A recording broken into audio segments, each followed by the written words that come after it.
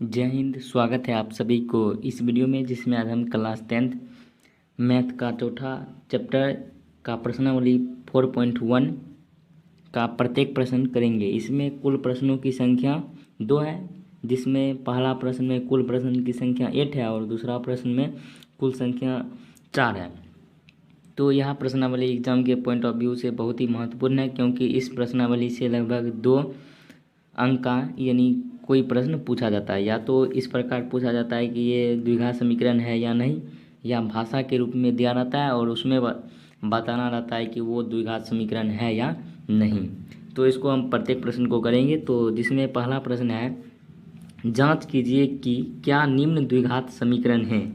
यानी इसमें जांच करना है कि यह द्विघात समीकरण है या नहीं। तो इसको किस प्रकार जांच करते हैं, तो जैसे यहाँ पर एक का एक है, तो एक का एक क्या है, x + 1 का होल स्क्वायर इक्वल टू है 2 × x - 3 है। तो मैंने आपको पहले ही द्विघात समीकरण का इंट्रोडक्शन वाले वीडियो में बता दिया था कि द्विघात समीकरण कब हो सकता है। अधिकतम घात उसका कितना हो सकता है, 2 हो सकता है, और उसका कौन सा घात होगा, यानी धनात्मक पूर्णांक होगा। यानी घात में कोई ऋणात्मक संख्या नहीं होगी, या नहीं उसका यानी जैसे 1/2 हो या -3/2 हो, यानी कोई अंश बटा हर के रूप में नहीं होना चाहिए और कोई माइनस संख्या नहीं होना चाहिए, और उसका अधिकतम घात कितना होना चाहिए, 2 होना चाहिए। तो वही क्या होता है, द्विघात समीकरण होता है। तो इसको चेक करते हैं कि ये द्विघात समीकरण है या नहीं। तो 1 + x + 1 का होल स्क्वायर है। तो हम लोग जानते हैं कि a + b का होल स्क्वायर क्या होता है, a²। a के स्तंभ कितना है, x² + b²। b के स्तंभ कितना है, 1 का स्क्वायर 1 ही आ जाएगा, प्लस 2ab। a के स्थान पर x है तो 2x हो जाएगा, इंटू 1 हो जाएगा, तो ये 2x ही रहेगा। उसके बाद यहाँ पर इक्वल 2 को अब इसमें गुना करेंगे तो ये हो जाएगा 2x, और माइनस ये क्या हो जाएगा, 6 हो जाएगा। अब उसके बाद क्या करेंगे, ये प्लस और ये प्लस क्या हो जाएगा, कट जाएगा। किस प्रकार कटेगा, जैसे यहाँ पर ये प्लस है और यहाँ ये प्लस है, तो इधर आएगा तो माइनस, तो यानी सेम संख्या में सेम घटाएंगे तो कितना बचेगा, 0। उसके बाद यहाँ पर ये क्या हो जाएगा, x², और यहाँ पर ये क्या बचा है, +1, और इधर -6 है तो इधर आएगा तो कितना हो जाएगा, +6 हो जाएगा, इक्वल टू कितना हो जाएगा, 0 हो जाएगा। यहाँ पर x², 6 में 1 जोड़ेंगे तो कितना आएगा, 7 आएगा, इक्वल टू 0। तो यहाँ पर ये क्या है, यहाँ पर लिख सकते हैं कि अतः ax² + bx + c = 0 के रूप में है, क्योंकि a के स्थान पर यहाँ पर कितना है, कुछ नहीं है तो 1, और b के स्थान पर कुछ नहीं है तो 0, और c के स्थान कितना है, 7, और जो x का अधिकतम घात कितना है, यहाँ पर भी 2 है। ये क्या है, द्विघात समीकरण है। तो यहाँ पर लिख देंगे ये द्विघात समीकरण है। तो उम्मीद करते हैं कि आप लोग एक का एक नंबर समझ गए होंगे। इसी प्रकार एक का यानी 8 नंबर तक है, तो प्रत्येक प्रश्न को इसी प्रकार करेंगे। तो 2 नंबर प्रश्न क्या है, एक का 2 नंबर प्रश्न है, x² - x = -2 है और इंटू 3 - x है। तो इसको भी इसी प्रकार हल करेंगे। तो ये कितना हो जाएगा, x² माइनस ये x, -2 को इन पदों से गुना करेंगे तो -2 को 3 से गुना करेंगे तो -6 हो जाएगा। उसके बाद ये माइनस क्या हो जाएगा, प्लस, और 2 × x क्या हो जाएगा, 2x हो जाएगा। उसके बाद यहाँ पर x² है और ये इधर प्लस में इधर आएगा तो ये माइनस में, और इधर भी माइनस है तो -3x हो जाएगा, और यहाँ पर ये -6 है, इधर आएगा तो ये +6 हो जाएगा, इक्वल टू कितना हो जाएगा, 0। तो ये भी क्या है, तो यहाँ पर लिख देंगे, इसलिए ये भी क्या है, ax² + bx + c = 0 के रूप में है। तो अतः यहाँ पर लिख देंगे ये क्या है, ये भी द्विघात समीकरण है। अतः द्विघात समीकरण ये भी है, समीकरण है। उसके बाद अब 3 नंबर प्रश्न करते हैं और इसका देखते हैं कि यह द्विघात समीकरण है या नहीं। तो एक का 3 नंबर प्रश्न क्या है, x - 2 × x + 3, यहाँ पर 2x है, सॉरी यहाँ पर x है, x - 2 + x - तो यहाँ पर 3 नंबर प्रश्न है, x - 2 × x + 1 = x - 1 × x + 3। अब इसको इसमें गुना करेंगे तो ये पहले ये पद से इसमें गुना करेंगे तो पहले x से गुना करेंगे तो ये क्या हो जाएगा, x² और यहाँ पर हो जाएगा +x। उसी प्रकार -2 को x से गुना करेंगे तो -2 हो जाएगा, और -1 को -2 को 1 से गुना करेंगे तो -2 हो जाएगा इक्वल टू। उसी प्रकार यहाँ भी गुना करेंगे तो वो x से गुना करेंगे तो क्या हो जाएगा, x² हो जाएगा, और x को 3 से गुना करेंगे तो +3x, और -1 को x से गुना करेंगे तो -x, और -1 को 3 से गुना करेंगे तो -3 आ जाएगा। तो यहाँ पर ये x² और ये x² कट गया। उसके बाद यहाँ पर अब यहाँ पर जैसे ये x है तो ये x को इसी प्रकार, और यहाँ पर यानी x में -2x घटाएंगे तो कितना बचेगा, x बचेगा, यानी -x बचेगा, और यहाँ पर कितना -2, और ये यहाँ पर +3x इधर आएगा तो -3x हो जाएगा, और यहाँ पर भी -x है, इधर आएगा तो ये +x, और ये 3 माइनस में इधर आएगा तो प्लस में हो जाएगा इक्वल टू 0। तो यहाँ पर -x ये कितना हो जाएगा, -4x में 1x घटाएंगे तो -3x बचेगा, और 3 में 2 घटाएंगे तो कितना बचेगा, 1 बचेगा, इक्वल टू कितना हो गया, 0। तो यहाँ पर हम क्या देखते हैं कि ये x² + bx + c के रूप में नहीं है, यानी डज नॉट इक्वल टू 0, इसके बराबर नहीं है। तो यहाँ पर लिख देंगे अतः ये द्विघात समीकरण नहीं है, क्योंकि इसका अधिकतम घात 1 ही है, इसका अधिकतम घात 2 नहीं है। तो अतः ये क्या है, द्विघात समीकरण नहीं है, समीकरण नहीं है। उसके बाद अब एक का 4 नंबर प्रश्न करते हैं। तो यहाँ पर 4 नंबर प्रश्न दिया गया है x - 3 × 2x + 1 = x × x + 5। तो इसको सबसे पहले क्या करते हैं, गुना करते हैं। तो x को इस पद यानी ये पूरे से गुना करेंगे तो ये कितना हो जाएगा, 2x², और ये 1 को x से गुना करेंगे तो x, और यहाँ पर -3 को 2x से गुना करेंगे तो -6x हो जाएगा। उसके बाद -3 को 1 से गुना करेंगे तो -3 इक्वल टू x को इससे गुना करेंगे तो ये हो जाएगा x² + 5x हो जाएगा। उसके बाद यहाँ पर 2x है, 2x² है, और यहाँ पर ये प्लस में इधर आएगा तो ये माइनस में x² हो जाएगा। उसके बाद यानी x में -6x घटाएंगे तो कितना बचेगा, -5x बचेगा, और इधर ये क्या है, प्लस में इधर आएगा तो ये माइनस में हो जाएगा, और यहाँ पर क्या बचा है, 3 = 0।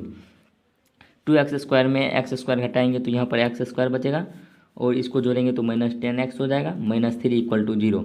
तो यहाँ पर हम लिख सकते हैं कि ये ax² + bx + c = 0 के रूप में है, क्योंकि यहाँ पर अधिकतम घात इसका कितना है, 2 है, और a b c दोनों संख्या है। यहाँ पर लिख देंगे अतः ये क्या है, द्विघात बहुपद है, सॉरी द्विघात समीकरण है, या क्या है, द्विघात समीकरण है। उसके बाद एक का 5 नंबर प्रश्न करते हैं। तो यहाँ पर 5 नंबर प्रश्न दिया गया है 2x - 1 × x - 3 = x + 5 × x - 1। तो यहाँ प्रश्न है, इसको क्या करना है, यानी इसको चेक करना है ये द्विघात समीकरण है या नहीं। तो सबसे पहले इसको चेक करने के लिए हमको क्या करना पड़ेगा, इससे गुना करना पड़ेगा। तो यानी 2x - 1 को x - 3 से गुना करेंगे तो यानी पहले पद को इन दोनों से गुना करेंगे, उसके बाद ये दूसरे पद को इन दोनों से क्या करेंगे, गुना करेंगे। तो पहला पद को गुना करते हैं तो ये कितना हो जाएगा, 2x², उसके बाद -6x, उसके बाद यहाँ पर ये क्या आ जाएगा, -x, और ये +3 हो जाएगा, क्योंकि माइनस क्या हो जाएगा, प्लस। उसी प्रकार यहाँ पर ये क्या हो जाएगा, x², और यहाँ पर x को -1 से गुना करेंगे तो -x, 5 को x से गुना करेंगे तो +5, और 5 - 1 यानी -5 हो जाएगा। तो x² यहाँ पर यहाँ पर x², तो इसको घटाएंगे। जैसे यहाँ पर ये क्या है, 2x² है, और इधर प्लस है, इधर आएगा तो ये माइनस हो जाएगा, यानी -x²। इसको जोड़ेंगे तो ये कितना आ जाएगा, -7x, और यहाँ पर माइनस है, और ये क्या है, प्लस है, यानी 5x में -x घटाएंगे तो कितना बचेगा, +4x बचेगा, और इधर आएगा तो ये क्या हो जाएगा, -4x हो जाएगा, और यहाँ पर ये क्या है, माइनस में इधर आएगा तो ये प्लस इक्वल टू कितना हो जाएगा, 0। 2x² में -x² घटाएंगे तो कितना बचेगा, x² बचेगा।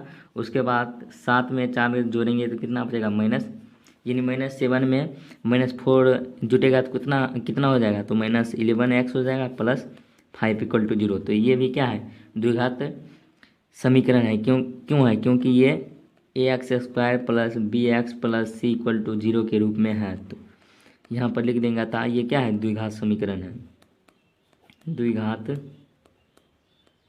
समीकरण है। अब उसी प्रकार एक का 6 नंबर प्रश्न करते हैं। उसके बाद 6 नंबर प्रश्न x square plus 3x minus 1 equal to x minus 2 है। तो इसको भी सबसे पहले क्या कर लेंगे, हल कर लेंगे। तो यहाँ पर x square plus 3x plus 1 है। ए माइनस बी का होल स्क्वायर क्या होता है, ए स्क्वायर प्लस बी स्क्वायर यानी 2 का स्क्वायर 4 हो जाएगा, माइनस 2ab। 2 के स्थान पर कितना है, 2 है, तो माइनस क्या हो जाएगा, माइनस 4x हो जाएगा। यहाँ पर एक्स स्क्वायर कट जाएगा, तो यहाँ पर द्विघात समीकरण के रूप में बचा ही नहीं। जैसे यहाँ पर ये 3x है और इधर माइनस है तो इधर प्लस आ जाएगा। उसके बाद यहाँ पर ये प्लस 1 है और ये प्लस में इधर आएगा तो माइनस इक्वल टू 0। तो ये हो जाएगा 7x और ये हो जाएगा -3 इक्वल टू 0। तो यहाँ पर हम क्या देखते हैं कि ये x square plus b x plus c equal to 0 के रूप में नहीं है। तो यहाँ पर लिख देंगे अतः यह क्या है, यह द्विघात समीकरण नहीं है, समीकरण नहीं है। उसके बाद 1 का 7 नंबर प्रश्न कर लेते हैं। तो 1 का 7 नंबर प्रश्न है x प्लस, तो 1 का 7 नंबर प्रश्न है x माइनस 2 का whole cube equal to 2x into x square minus 1 है। तो हम लोग जानते हैं कि a माइनस बी का होल क्यूब क्या होता है, तो होता है a cube plus b cube. B के स्थान पर यहाँ पर कितना है, बी के स्थान में कितना है यहाँ पर, तो यहाँ पर 2 है और 2 का क्यूब कितना हो जाएगा 8, सॉरी यहाँ पर माइनस होगा, -8 A cube minus B cube minus 3a, ए के स्थान पर कितना है x इंटू बी के स्थान पर कितना है 2 है। उसके बाद क्या होता है 3ab इंटू ए प्लस बी, ए के स्थान पर कितना है x और सॉरी यहाँ पर माइनस कितना हो जाएगा 2 हो जाएगा। तो यहाँ पर ये कितना हो जाएगा x क्यूब -8 हो जाएगा, इससे गुना होगा तो -6h हो जाएगा और ये यहाँ पर x माइनस 2 बच गया। और इधर इसको गुना करेंगे तो ये क्या हो जाएगा 2x क्यूब माइनस 2x हो जाएगा और यहाँ पर भी ये 2x क्यूब माइनस 2x हो जाएगा। उसके बाद यहाँ पर ये x क्यूब ही रह जाएगा।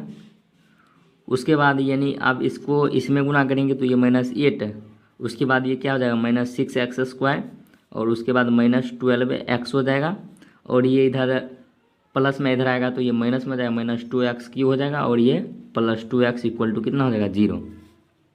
तो यहाँ पर ये x स्क्वायर और ये -2x क्यूब, उसके बाद अब ये जुटेगा यानी -12x में 2x घटाएंगे तो कितना बचेगा -10x बचेगा और उसके बाद ये दोनों जुटेगा तो ये कितना हो जाएगा सबसे यानी ये 6x स्क्वायर, इसका कोई भी जोड़ा नहीं तो इसको इसी प्रकार लिख देंगे। तो ये हो जाएगा -6x स्क्वायर और यहाँ पर ये हो जाएगा -10x और उसके बाद अचर पद यहाँ पर कितना है सिर्फ एक ही है -8 इक्वल टू कितना हो जाएगा 0। उसके बाद यहाँ पर ये क्या हो जाएगा, यहाँ पर x क्यू है तो यहाँ पर x क्यू में -2x क्यू घटाएंगे तो कितना बचेगा -x क्यू बचेगा। उसके बाद यहाँ पर -6x स्क्वायर है, वहाँ यहाँ पर और -10x है और -8 इक्वल टू 0 है। तो यहाँ पर हम लोग देखते हैं कि ये ax square plus bx plus c के रूप में नहीं है, क्योंकि यहाँ पर अधिकतम घात कितना है 3 है, तो ये द्विघात समीकरण नहीं है। तो यहाँ पर लिख देंगे अतः ये क्या है द्विघात समीकरण नहीं है, यह द्विघात समीकरण नहीं है। उसके बाद एक का 8 नंबर प्रश्न करते हैं जो कि लास्ट है। तो एक का लास्ट नंबर प्रश्न यानी 8 नंबर प्रश्न दिया गया है x cube minus 4x square minus x minus 1 equal to x minus 2 का होल क्यू है।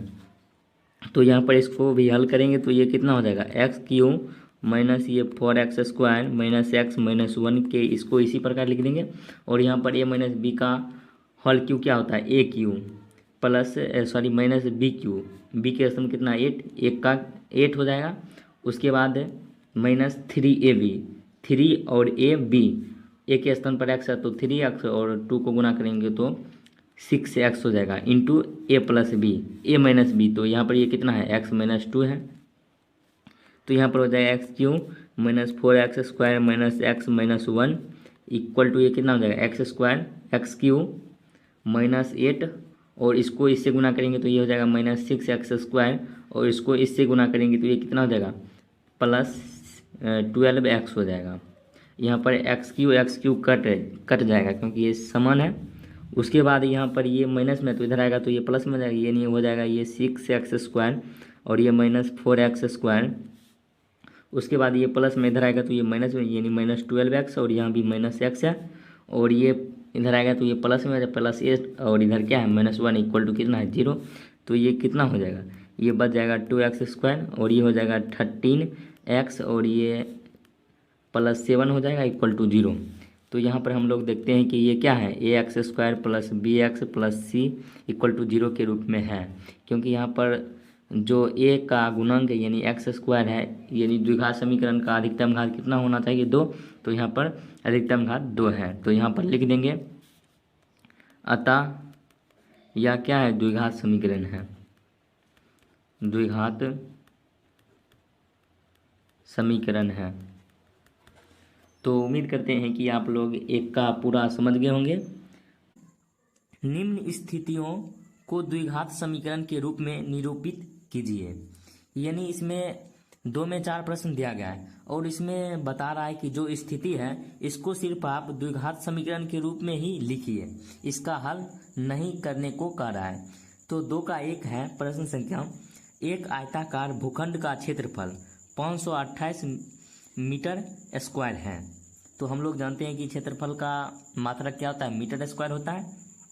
तो यहाँ पर सबसे पहले एक आयताकार भूखंड दिया गया है और उसका जो क्षेत्रफल है वो 528 मीटर स्क्वायर है। क्षेत्र की लंबाई मीटरों में, यानी जो क्षेत्र है इसका लंबाई मीटर में है और चौड़ाई के 2 गुने से 1 अधिक है। हमें भूखंड की लंबाई और चौड़ाई ज्ञात करनी है। यानी प्रश्न में हमसे सिर्फ हमको द्विघात समीकरण बनाना है। तो यहाँ पर किस प्रकार बनाएंगे, तो यहाँ पर सबसे पहले हल लिखेंगे। तो यहाँ पर सबसे पहले किसका बात चल रहा है, तो एक आयताकार भूखंड की बात चल रहा है। तो यहाँ पर हम मान लेते हैं कि ABCD कोई एक आयत है। इसका जो पूरा क्षेत्रफल है यानी जो अंदर वाला ये कितना है 528 मीटर स्क्वायर है। और यहाँ पर प्रश्न में बोला गया कि लंबाई जो है वो चौड़ाई से 2 गुने से 1 अधिक है। यानी हम यहाँ पर चौड़ाई अगर x मान लेंगे तो लंबाई क्या हो जाएगा 2x + 1 हो जाएगा। तो यहाँ पर जो चौड़ाई है इसको हम मान लेते हैं x मीटर, यानी यहाँ पर लिख देंगे माना। तो यहाँ पर हम सबसे पहले लिखेंगे माना कि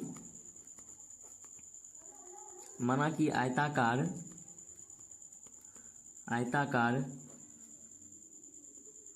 भूखंड की चौड़ाई हमने कितना माना है, चौड़ाई x मीटर माना। और प्रश्न से, यानी यहाँ पर हम प्रश्न से कह सकते हैं जो लंबाई क्या होगा, लंबाई हो जाएगा जो चौड़ाई है चौड़ाई से 2 गुने, यानी जो x है इसका कितना गुना 2 गुना प्लस 2 गुने से 1 अधिक है, यानी 2 गुने से कितना है 1 अधिक है। तो ये कितना हो जाएगा 2x + 1 हो जाएगा। और हम लोग जानते हैं कि जो आयत होता है इसका क्षेत्रफल क्या होता है, तो यहाँ पर लिखेंगे कि हम लोग जानते हैं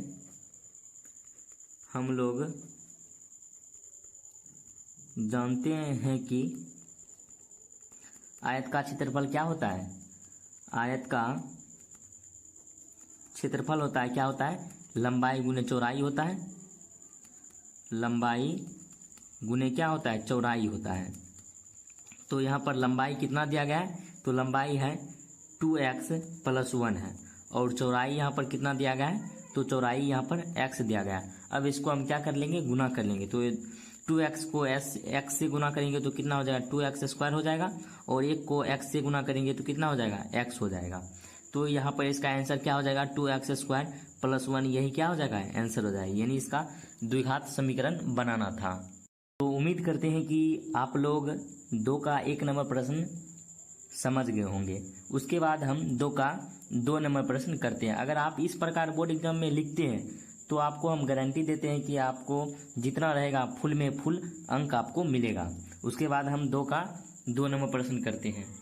यहाँ पर 2 का 2 नंबर प्रश्न दिया गया है 2 क्रमागत का मतलब होता है एक के बाद दूसरा। जैसे एक कोई संख्या है, एक के बाद क्या आएगा 2 आएगा, 1 और 2 को कहा जाता है क्रमागत। दो क्रमागत धनात्मक पूर्णांकों का गुणनफल 306 है, हमें पूर्णांक को ज्ञात करना है। यानी प्रश्न में बोला गया है कि अगर आप कोई एक संख्या को मान लेंगे तो दूसरा संख्या अपने आप आ जाएगा, क्योंकि प्रश्न में बोला गया है कि दो क्रमागत संख्याओं का गुणनफल। तो हम सबसे पहले मान लेते हैं कि माना कि दो कोई क्रमागत संख्याएं, तो सबसे पहले हम एक को मान लेते हैं x, और दूसरा क्या हो जाएगा, तो क्रमागत है तो इससे क्या हो जाएगा, एक अधिक हो जाएगा, तो यानी दूसरा क्या हो जाएगा, तो x+1 हो जाएगा। तो x+1 है। तो आपने यह पूरे लाइन को समझा है। जैसा कि अगर हम एक कोई क्रमागत संख्या है तो एक के बाद क्या आएगा, दो आएगा। तो हम दो कैसे किए हैं, तो एक में एक को जोड़ दिए। उसी प्रकार अगर x कोई क्रमागत संख्या है तो ये x के बाद क्या आ जाएगा, तो x+1 आएगा। तो यहाँ पर हम माना कि दो कोई क्रमागत संख्याएं x और x+1 है, और प्रश्न में बोला गया है, यहाँ पर लिखेंगे प्रश्न से, कि दो क्रमागत संख्याओं का गुणनफल यानी जो x है और इसका गुणनफल यानी x+1 का गुणनफल कितना दिया गया है, 306 दिया गया है। तो हमको प्रश्न में बोला गया है कि संख्या ज्ञात कीजिए, लेकिन हमको संख्या ज्ञात नहीं करना है, सिर्फ हमको द्विघात समीकरण बनाना है। यानी ऊपर में क्या बोला गया था कि निम्नलिखित स्थितियों में द्विघात समीकरणों के रूप में निरूपित कीजिए, यानी द्विघात समीकरण के रूप में हमको बनाना है। तो यहाँ पर इसको गुना करेंगे तो ये कितना हो जाएगा, x² हो जाएगा, और यहाँ पर ये कितना हो जाएगा, 1 को x से गुना करेंगे तो x इक्वल टू यहाँ पर कितना है, 306 है। तो यहाँ पर ये कितना हो जाएगा, x² प्लस x, और इधर प्लस इधर आएगा तो -306 हो जाएगा, इक्वल टू 0। यही क्या होगा, आंसर हो गया। तो उम्मीद करते हैं कि आप लोग 2 का 1 और 2 समझ गए होंगे। उसके बाद 2 का 3 नंबर प्रश्न करते हैं, जो कि बहुत ही इम्पोर्टेंट है। यहाँ पर 2 का 3 नंबर प्रश्न दिया गया है, गहन को माँ उससे 26 साल बड़ी है, उसकी आयु वर्षों में है, उसका आयु का गुणनफल अब से 3 वर्ष पश्चात 360 हो जाएगी। हमें रोहन की वर्तमान आय यानी जो आयु है इसको ज्ञात करनी है। तो यहाँ पर किसकी बात चल रही है, तो एक जो यहाँ पर क्या है, रोहन है, यहाँ पर रोहन है, तो हमने यहाँ पर पढ़ा दिया गहन। तो किसका बात चल रहा है, तो एक रोहन है और एक रोहन की माँ है। तो सबसे पहले हम मान लेंगे कि माना कि रोहन का वर्तमान आयु x है तथा उनकी माँ की आयु y है। उसके बाद बढ़ते हैं आगे। पर सबसे पहले लिखेंगे माना कि रोहन की वर्तमान आयु मान लेते हैं x वर्ष है तथा उसकी माँ की आयु कितना हो जाएगा, तो मान लेते हैं y वर्ष है। अब हम क्या चलेंगे, प्रश्न से चलेंगे। प्रश्न से पर सबसे पहले प्रश्न में दिया गया कि रोहन की माँ उससे 26 साल बड़ी है। तो यहाँ पर हमने जैसे यहाँ पर रोहन का आयु x है तो उसकी माँ की आयु कितना हो जाएगा, तो उसकी माँ की आयु हो जाएगा कितना बड़ा है, तो 26 साल बड़ा है। तो यहाँ पर 26 हो जाएगा, यानी y इक्वल टू हो जाएगा 26 प्लस x हो जाएगा। यानी जो इसकी माँ है रोहन से कितनी है, 26 साल बड़ी है। उसके बाद इसको मान लेंगे समीकरण फर्स्ट। उसके बाद यहाँ पर दिया गया है दूसरे स्थिति में उसकी आयु का गुणनफल अब से 3 वर्ष पश्चात 360 हो जाएगी। उनकी आयु यानी जो रोहन की माँ है उनकी आयु का गुणनफल 3 वर्ष पश्चात कितनी हो जाएगी, 360 हो जाएगी। यानी जो ये y है रोहन की माँ, इसकी 3 वर्ष पश्चात यानी 3 वर्ष क्या कर देंगे माइनस, अब इनकी आयु कितनी हो जाएगी, तो 360 वर्ष हो जाएगी। इसको हल करने में यानी बहुत कठिनाई होगा, तो इसको एक अन्य तरीका से बनाते हैं। यानी तो यहाँ पर प्रश्न में ही दिया गया था कि जो रोहन की माँ की आयु है वो 26 वर्ष बढ़ गया, तो हम यहाँ पर रोहन की आयु मान लेंगे तो उसकी माँ की आयु निकल जाएगा। तो यहाँ पर हम क्या कर लेते हैं, तो इसका दूसरा मेथड से करते हैं, यानी एक्स वाई को छोड़कर यहाँ सिर्फ हम एक्स को मानते हैं। यानी यहाँ पर 2 का 3 का हल कर रहे हैं, तो यहाँ पर सबसे पहले लिखेंगे माना रोहन की वर्तमान आयु मान लेते हैं x। रोहन की वर्तमान आयु हम मान लेते हैं x। तो उसकी यानी प्रश्न से हम कह सकते हैं कि उसकी माँ की आयु कितनी हो जाएगी, यानी y इक्वल टू हो जाएगी प्रश्न से उससे 26 साल बड़ा है, यानी x प्लस यहाँ पर जो रोहन की माँ, यहाँ पर y नहीं होगा, यहाँ पर रोहन की माँ की आयु कितनी हो जाएगी, x प्लस 26 वर्ष हो जाएगा। यानी रोहन से कितना बड़ा है, 26 वर्ष बड़ा है। उसके बाद हम यहाँ पर प्रश्न से कह सकते हैं कि 3 वर्ष पश्चात जो रोहन की आयु हो जाएगा वो कितना हो जाएगा। आज कोई 10 वर्ष का है, 3 साल बाद वो कितना वर्ष का हो जाएगा, 13 वर्ष हो जाएगा। क्या हमने क्या किया, यानी जोड़ दिया।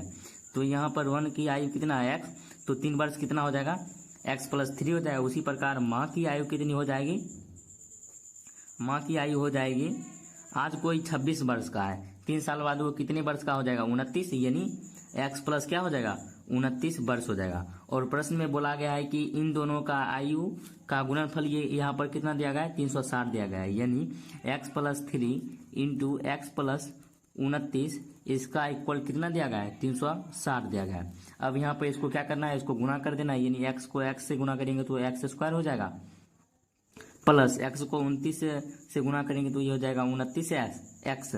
उसके बाद अब 3 को x से गुणा करेंगे तो ये हो जाएगा 3x, और 3 को 29 से गुणा करेंगे 9 यानी 27, और 3 दूना 6 2 8 यानी 87 हो जाएगा। इक्वल टू यहाँ पर कितना दिया गया है, 360।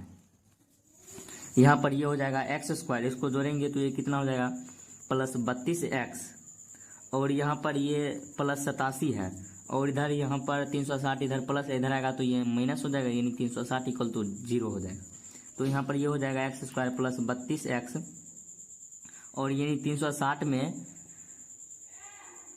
80 87 को जब घटाएंगे तो यहाँ पर कितना बचेगा, तो यहाँ पर बचेगा माइनस 273 बचेगा, क्योंकि यहाँ पर बड़ा का चिन्ह कौन सा है, माइनस है, तो यहाँ पर माइनस लग जाएगा, इक्वल टू 0। यही क्या हो जाएगा, आंसर हो जाएगा। तो उम्मीद करते हैं कि आप लोग 2 का 3 भी समझ गए होंगे। हमने यहाँ पर शुरू में ही गलती कर दिया था कि एक्स वाई माना था, लेकिन हमको क्या मानना चाहिए था, एक्स मानना चाहिए था, क्योंकि जो ये द्विघात समीकरण है इसको हमें एक्स में ही हल करने में क्या होता, आसानी होता है, इसलिए हमने सिर्फ एक्स में ही हल किया। लेकिन वाई में भी हो जाता, लेकिन उसमें बहुत यानी लंबा प्रोसेस चलता। उसके बाद हम प्रश्नावली 4.1 का प्रश्न संख्या 4 करते हैं, जो कि लास्ट प्रश्न है और बहुत ही महत्वपूर्ण है। यहाँ पर प्रश्न संख्या 4 दिया गया है, एक रेलगाड़ी 480 किलोमीटर की दूरी समान चाल से तय करती है। यदि उसकी चाल 8 किलोमीटर प्रति घंटा कम होती तो वह उसी दूरी को तय करने में 3 घंटे अधिक लेती। हमें रेलगाड़ी की चाल ज्ञात करनी है। तो हमको जिसको भी ज्ञात करना है उसको हम मान लेंगे x। तो यहाँ पर क्या दिया गया, किलोमीटर प्रति घंटा में दिया गया है। तो हम सबसे पहले माना कि रेलगाड़ी की चाल x किलोमीटर प्रति घंटा है। तो यहाँ पर मान लेते हैं, सबसे पहले माना कि रेलगाड़ी की चाल x किलोमीटर प्रति घंटा है। कितना दिया गया है, 480 किलोमीटर, यानी समान चाल से चलता है। तो यहाँ पर दूरी क्या हो जाएगा, दूरी हो जाएगा 480 किलोमीटर हो जाएगा। और हमको समय निकालना है, तो यहाँ पर लिखेंगे समय बराबर, यानी t हमको निकालना है। तो समय बराबर क्या होता है, तो सबसे पहले हम लोग जानते हैं कि चाल बराबर क्या होता है, दूरी बटा समय। तो समय बराबर क्या हो जाएगा, दूरी बटा चाल हो जाएगा। तो यहाँ पर दूरी बटा चाल कर देंगे। तो यहाँ पर दूरी कितना दिया गया है, 480 किलोमीटर, और यहाँ पर समय कितना दिया गया है, x किलोमीटर प्रति घंटा। तो यहाँ पर किलोमीटर और यहाँ पर किलोमीटर कट जाएगा, तो यहाँ पर कितना आएगा, 480 बटा x घंटा, यानी समय कितना आ जाएगा, इतना आ जाएगा। उसके बाद हम यहाँ पर प्रश्न में बोला गया है, यदि इसकी चाल 8 किलोमीटर प्रति घंटा कम होती तो दूरी को तय करने में 3 घंटा अधिक लेता। तो यहाँ पर सबसे पहले यहाँ पर इसका चाल जो है, जो x किलोमीटर प्रति घंटा है, इसका चाल कितना हो जाएगा, यानी 8 घंटा कम कर देंगे तो ये कितना हो जाएगा, x x माइनस 8 किलोमीटर क्या हो जाएगा, प्रति घंटा हो जाएगा। और यहाँ पर दूरी को नहीं बताएगा, तो दूरी यहाँ पर कितना लेना है, 480 किलोमीटर लेना है। और समय को हमको कितना कम कर देना है, यानी जो समय है इसको कितना कम कर देना है, तो जहाँ पर ये t है इसमें हमको कितना कम कर देना है, तो यहाँ पर 3 घंटा कम कर देना है। तो यही प्रश्न में बोला गया था कि इसकी चाल 8 किलोमीटर प्रति घंटा कम होती है तो दूरी कितना हो जाता है, 3 घंटा अधिक बढ़ जाता है। तो यहाँ पर जो समय लिए हैं वो 3 घंटा क्या हो गया, बढ़ गया है। उसके बाद हम फिर चाल का फॉर्मूला लगाएंगे। समय बराबर क्या होता है, तो समय बराबर अभी तुरंत लिखे हैं, दूरी बटा चाल होता है। तो यहाँ पर समय कितना दिया गया है, तो t + 3 और दूरी कितना दिया गया है, 480 और चाल कितना दिया गया है, x - 8 किलोमीटर प्रति घंटा। और यहाँ पर ये क्या है, किलोमीटर, तो ये किलोमीटर किलोमीटर कट जाएगा। तो यहाँ पर समय, यहाँ पर t का मान कितना है, 480 बटा x दिया गया है। तो यहाँ पर लिखेंगे 480 बटा x और यहाँ पर क्या दिया गया है, 3 इक्वल टू, यहाँ पर कितना हो जाएगा, 480 बटा यहाँ पर ये क्या हो जाएगा, x - 8 हो जाएगा। तो इसको एक साइड कर लेते हैं, जिसको हमको यानी हल करने में क्या होगा, आसानी होगा। तो ये 480 बटा x है, इधर प्लस है इधर आएगा तो ये माइनस हो जाएगा, यानी 480 बटा यहाँ पर क्या हो जाएगा, x - 8 हो जाएगा, इक्वल टू इधर ये क्या है, प्लस में है तो इधर आएगा तो ये क्या हो जाएगा, माइनस में हो जाएगा। उसके बाद यहाँ पर कॉमन क्या मिल रहा है, तो 480 कॉमन मिल रहा है, तो यहाँ पर 480 कॉमन निकालेंगे तो 1/x हो जाएगा, माइनस यहाँ पर 1/x - 8 हो जाएगा, इक्वल टू यहाँ पर कितना है, यहाँ पर -3 हो जाएगा। और यहाँ पर ये 480 और इसका एलसीएम लेंगे तो इसका एलसीएम कितना आएगा, x × x - 8 आएगा।